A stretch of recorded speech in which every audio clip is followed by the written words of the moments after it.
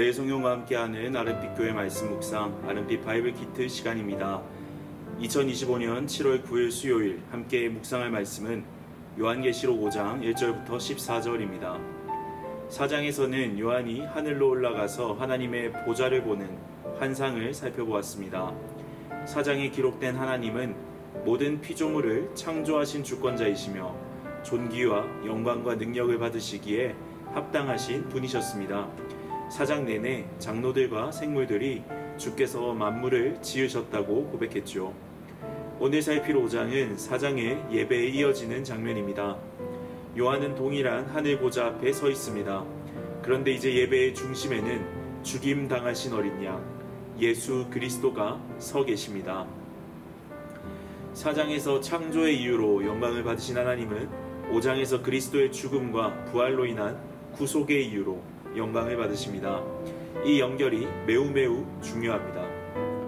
계시록 2, 3장에 7교회에 보내는 편지는 이렇게 마무리되었습니다.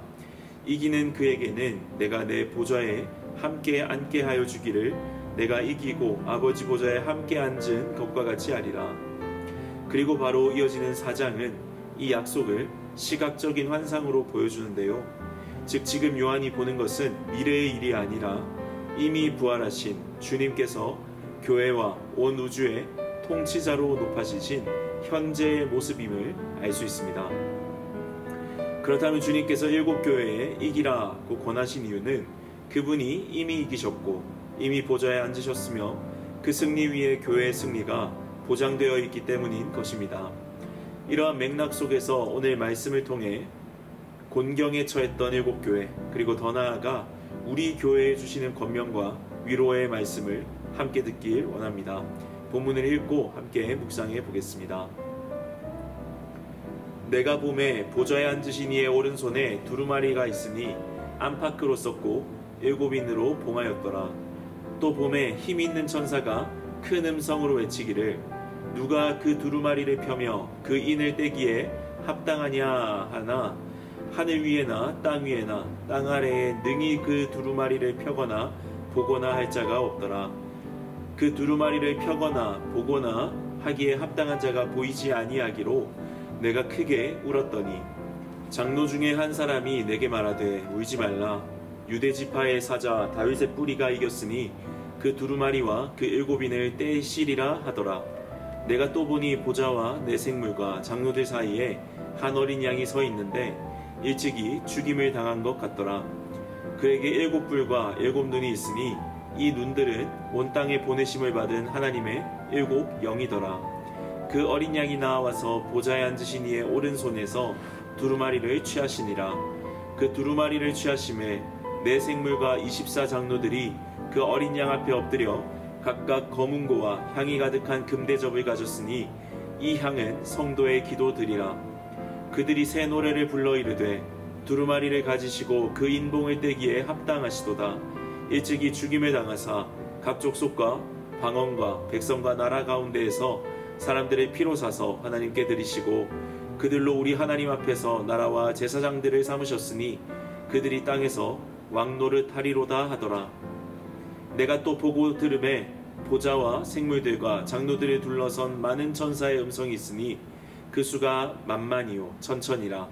큰 음성으로 이르되 죽임을 당하신 어린 양은 능력과 부와 지혜와 힘과 존귀와 영광과 찬송을 받으시기에 합당하도다 하더라.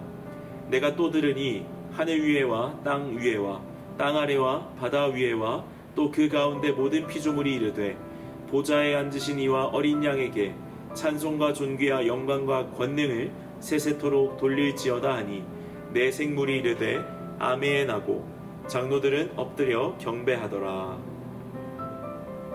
1절에서 요한은 하나님의 손에 들려있는 두루마리를 봅니다. 그 두루마리는 이 세상을 회복하시고 구원하시는 계획이 담긴 책이었습니다. 당시 기독교에 대한 박해가 심하던 시절 그 누구보다 구원이라는 말이 실존적으로 다가오던 때였을 것입니다. 그러나 7인, 7개의 도장으로 봉해져 있어 누구도 볼 수 없습니다. 힘있는 한 천사가 이렇게 외칩니다. 누가 그 두루마리를 펴며 그 인을 떼기에 합당하냐. 이 말을 들은 요한은 하늘과 땅 아래 모든 곳을 살펴보지만 아무도 이 인을 떼기에 합당해 보이는 사람이 없었습니다. 이때 요한은 울었습니다. 슬피 울었습니다. 인류의 구원에 대한 책이 있고 그 책을 펼치기만 하면 인간이 겪는 고통과 근심의 근원이 해결될 텐데 그것을 펴고 볼 수 있는 자가 없기 때문입니다. 절망이었습니다. 우리가 아무리 애써도 바꿀 수 없는 현실 앞에서 기도해도 변하지 않는 상황 앞에서 느끼는 무력함을 요한도 느꼈을 것 같습니다. 그런데 여기서 끝이 아닙니다. 한 장로가 요한에게 말합니다. 5절입니다. 울지 말라. 유대 지파의 사자 다윗의 뿌리가 이었으니 그 두루마리와 7인을 떼시리라. 여기서 여러분께 한 가지를 요청드립니다. 우리 삶에서 마주하는 답이 없는 것 같은 상황 속에서 하나님을 붙잡고 살아가려는 믿음이 때때로 무모하다고 느낄 때가 있죠. 아무리 기도해도 변하지 않는 현실 때문에 답답할 때가 있습니다. 그럴 때 오늘 요한이 보여주는 장면을 기억하길 바랍니다. 여기서 슬피 울었습니다. 동사의 시제는 헬라어 시제 미완료, 쉽게 말하면 진행형입니다. 계속 울고 있었다는 뜻이죠. 답이 없는 것 같은 인생 앞에서 하나님 앞에 계속 눈물로 기도하십시오. 하나님의 보좌 앞에 나와서 한 번 울고 그치지 말고 계속 우십시오. 그때 오늘 말씀은 우리에게 희망이 있다고 말합니다. 8절에 보면 그 성도의 기도들은 하늘 보좌 앞에 다 쌓여 있습니다. 우리의 눈물은 결코 땅에 떨어지지 않고 그 기도는 외면되지 않을 것입니다. 우리는 요한과 같이 이런 소망의 음성을 듣게 될 것입니다. 유대 지파의 사자 다윗의 뿌리가 이미 이겼으니 그 두루마리와 그 7인을 뗄 것이다. 그 두루마리와 7인을 떼는 분은 유대 지파의 사자 라이언입니다. 그 사자는 7뿔과 7눈을 가졌는데요. 7뿔은 완전한 권세를, 7눈은 전지하신 성령의 임재를 상징합니다. 사자는 동물의 제왕이죠. 이 이미지는 이 세상의 악을 모두 이기고 평정하실 왕의 이미지와 아주 잘 어울립니다. 그런데 이어지는 말씀은 우리를 조금 당황시킵니다. 6절과 7절입니다. 내가 또 보니 보좌와 내 생물과 장로들 사이에 한 어린 양이 서 있는데 일찍이 죽임을 당한 것 같더라. 그 어린 양이 나와서 보좌에 앉으신 이의 오른손에서 두루마리를 취하시니라. 앞서 한 장로가 말했던 사자는 실제로 보니 죽임을 당한 것과 같은 어린 양입니다. 사자를 기대했는데 피 흘린 어린 양이 서 계셨습니다. 여기서 죽임을 당한 것 같다는 표현은 지속적인 상태, 즉 지금도 죽임을 당한 상태가 유지되고 있는 어린 양이라는 뜻입니다. 저는 여기에 기독교에 가장 큰 신비가 있다고 생각합니다. 요한계시록이 우리에게 보여주는 승리의 개념은 우리가 통상적으로 생각하는 승리의 개념과 반대됩니다. 하나님은 세상을 권력과 무력으로 굴복시키지 않으십니다. 여러분, 어린 양은 왜 죽으셨습니까? 그분의 피로 각 족속과 방언과 백성과 나라 가운데 사람들을 사셔서 하나님께 드리기 위함이었습니다. 그리고 9절에 보십시오. 하늘 가득 새 노래, 구원의 찬양이 울려 퍼집니다. 두루마리를 가지시고 그 인봉을 떼기에 합당하시도다. 어린 양은 철저히 약했습니다. 실패자처럼 보였습니다. 그러나 그 사랑이야말로 세상을 구원하는 능력이었습니다. 왜냐하면 하나님은 고난당하는 사랑으로 스스로를 내어주시는 십자가의 길로 구원하셨기 때문입니다. 그리고 오늘 이 어린 양을 향한 찬양은 여기서 멈추지 않습니다. 12절에 보면 모든 천사들이 소리칩니다. 죽임을 당하신 어린 양은 능력과 부와 지혜와 힘과 존귀와 영광과 찬송을 받으시기에 합당하도다. 13절에는 더 나아가 모든 피조물과 만물이 외칩니다. 보좌에 앉으신 이와 어린 양에게 찬송과 존귀와 영광과 권능을 세세토록 돌릴지어다. 주 안에서 사랑하는 아르피교회의 성도 여러분, 오늘 이 장면이 보여주는 것은 분명합니다.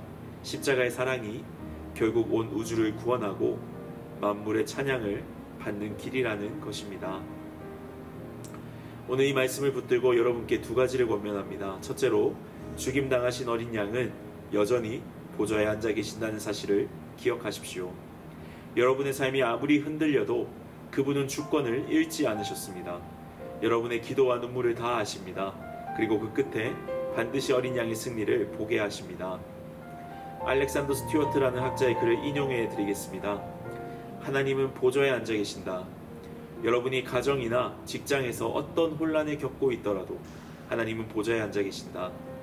여러분이 어떤 질병과 싸우고 있더라도 하나님은 보좌에 앉아 계신다.